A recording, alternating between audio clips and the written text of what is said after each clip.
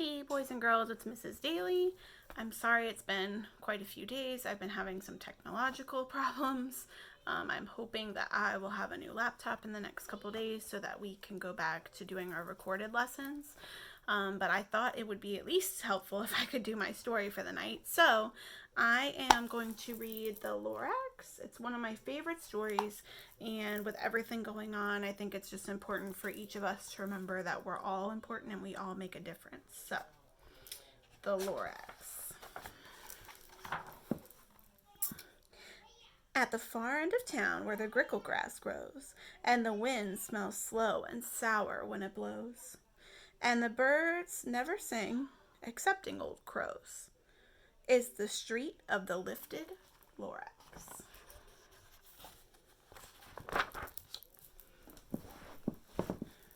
And deep in the grickle grass, some people say, if you look deep enough, you can still see today, where the Lorax once stood just as long as it could before somebody lifted that Lorax away. What was the Lorax, and why was he here? And why was it lifted and taken somewhere from the far end of town where the grickle grass grows? The old Onceler still lives there. Ask him. He knows. You won't see the Onceler. Don't knock at his door. He stays in his lurkin on top of his store where he makes his own clothes.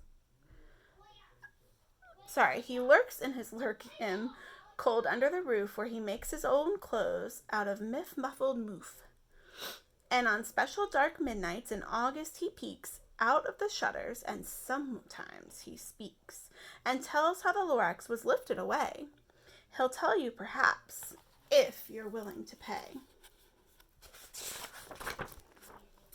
On the end of a rope he lets down a tin pail, and you have to toss in 15 cents and a nail, and the shell of a great-great-great-grandfather's snail. Then he pulls up the pail, makes a most careful count to see if you paid him the proper amount.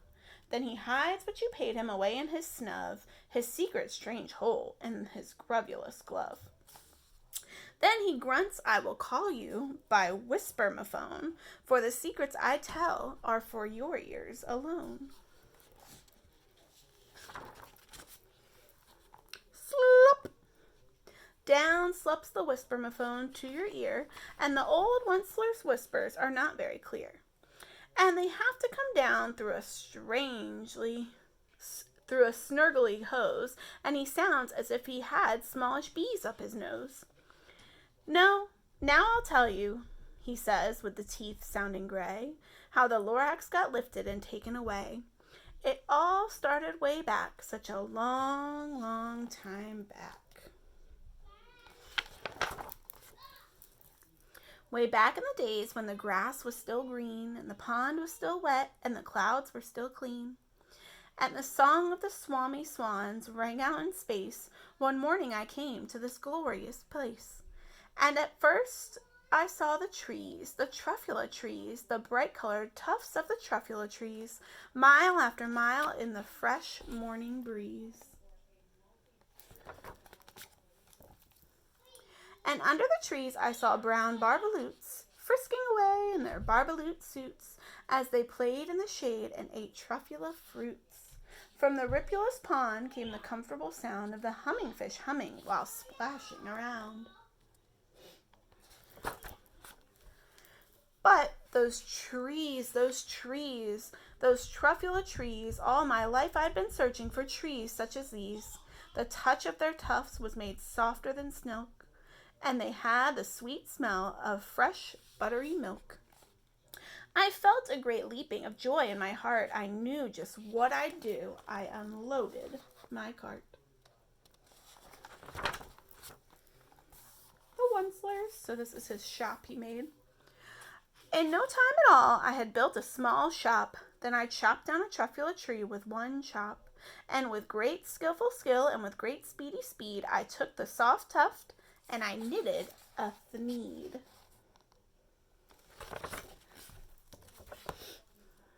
The instant I'd finished, I heard a gazump. I looked. I saw something pop out of the stump of the tree I chopped down. It was sort of a man. Describe him? That's hard. I don't know if I can. He was shortish and oldish and brownish and mossy, and he spoke with a voice that was sharpish and bossy. Sorry, Miss Daly's getting tongue-tied tonight. Mister, he said with a sawdusty sneeze, I am the Lorax. I speak for the trees. I speak for the trees have no tongues, and I'm asking you, sir, at the top of my lungs. He was very upset as he shouted and puffed. What's that thing you've made out of that truffula tuft? Look, Lorax, I said, there's no cause for alarm. I chopped just one tree. I am doing no harm. I'm being quite useful. This thing is a thneed. A thneed's a fine something that all people need. It's a shirt, it's a sock, it's a glove, it's a hat.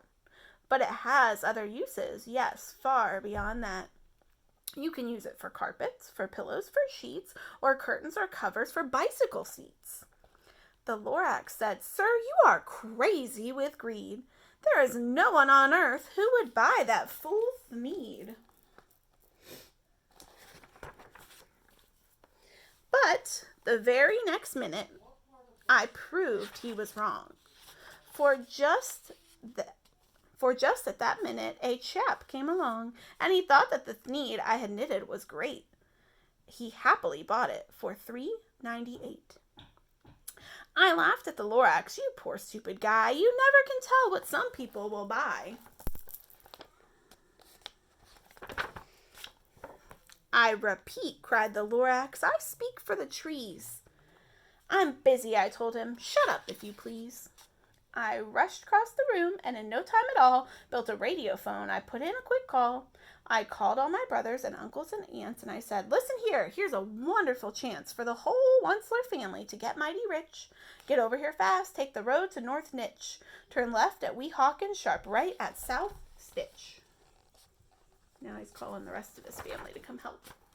So he went from this tiny shop over here that says the Oncelers to this bigger one that says Needs.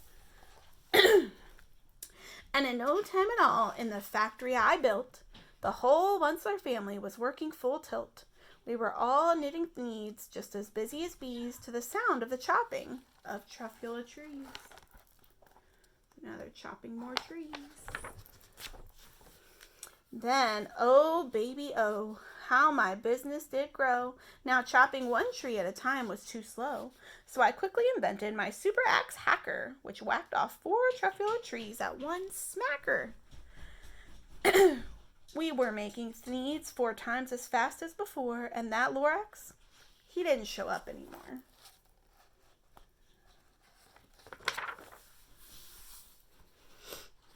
So now it says the Onceler in chief private, because he's like the boss, and there's an even bigger factory now for the needs. But the next week he knocked on my new office door. He snapped, I'm the Lorax who speaks for the trees, which you seem to be chopping as fast as you please. But I'm also in charge of the brown barbaloots, who played in the shade in their barbaloot suits and happily lived eating truffula fruits. Now, thanks to your hacking my trees to the ground, there's not enough truffula fruit to go round, and my poor barbaloots are all getting the crummies because they have gas and no food in their tummies.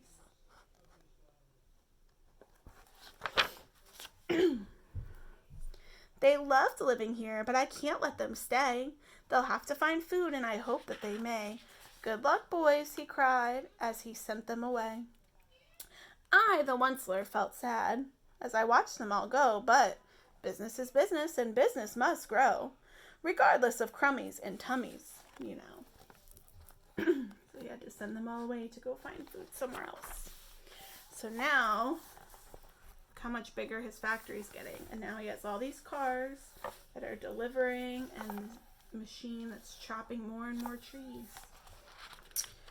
I meant no harm, I most truly did not, but I had to grow bigger, so bigger I got. I biggered my factory, I biggered my roads, I biggered my wagons, I biggered the loads.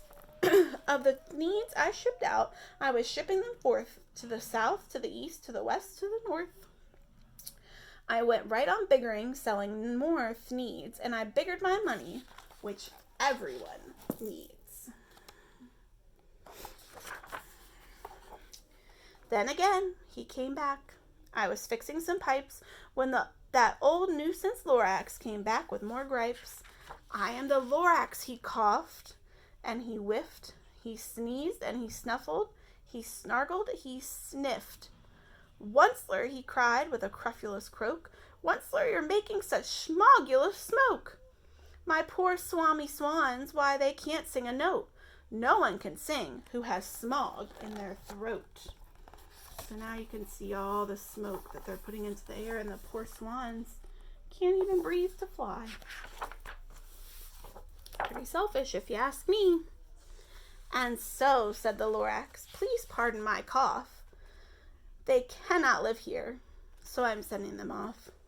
Where will they go? I don't hopefully know. They may have to fly for a month or a year to escape from the smog you've smogged up around here. So to send them away too.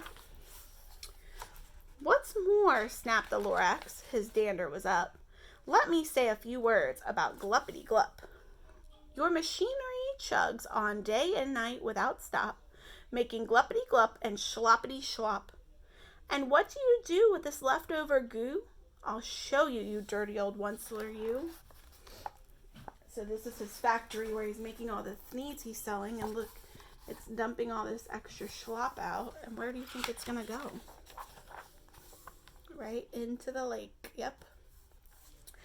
You're glumping the pond where the humming fish hummed. No more can they hum, for their gills are all gummed. So I'm sending them off on their future. Oh, their future is dreary. They'll walk on their fins and get woefully weary in search of some water that isn't so smeary. I hear things are just as bad up in Lake Erie. So the poor fish have to leave their pond and walk and find water somewhere else. And then I got mad. I got terribly mad. I yelled at the Lorax, now listen here, Dad. All you do is yap yap and say bad, bad, bad, bad. Well, I have my rights, sir, and I'm telling you I intend to go on doing just what I do. And for your information, you Lorax, I'm figuring on biggering and biggering and biggering and biggering, turning more truffula trees into needs, which everyone needs.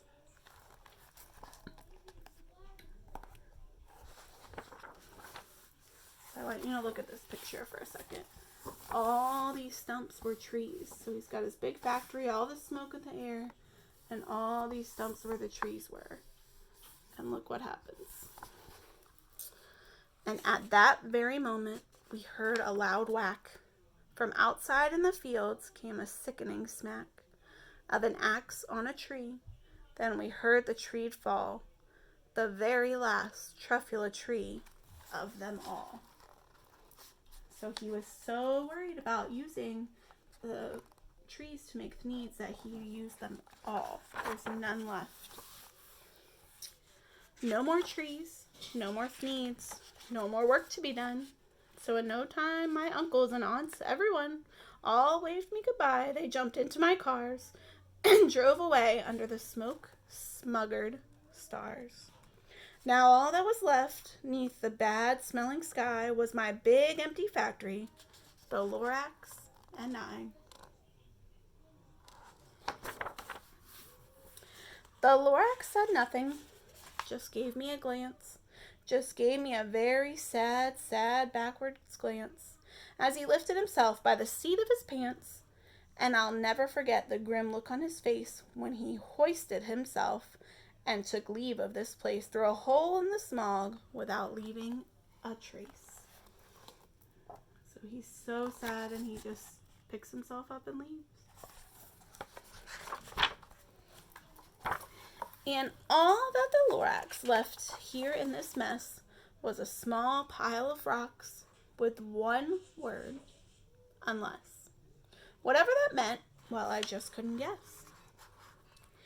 That was long, long ago, but each day since that day, I've sat here and worried away. Through the years, while my buildings have fallen apart, I've worried about it with all of my heart.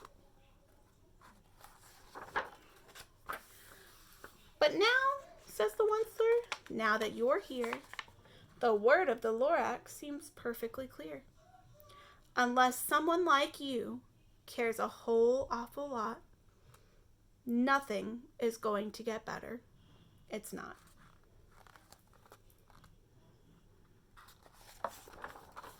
So, catch, calls the Onceler. He lets something fall. It's a truffula seed. It's the last one of all. You're in charge of the last of the truffula seeds, and truffula trees are what everyone needs. Plant a new truffula tree, treat it with care, give it clean water, and feed it fresh air. Grow a forest, protect it from axes that hack. Then the Lorax and all of his friends may come back. The end. All right, I hope you guys enjoyed that story. Remember that unless we all care, nothing will get better. And make sure that you take care of each other and be safe with all of the crazy things happening in the world today. I love you guys. I will see you tomorrow for another story. Bye.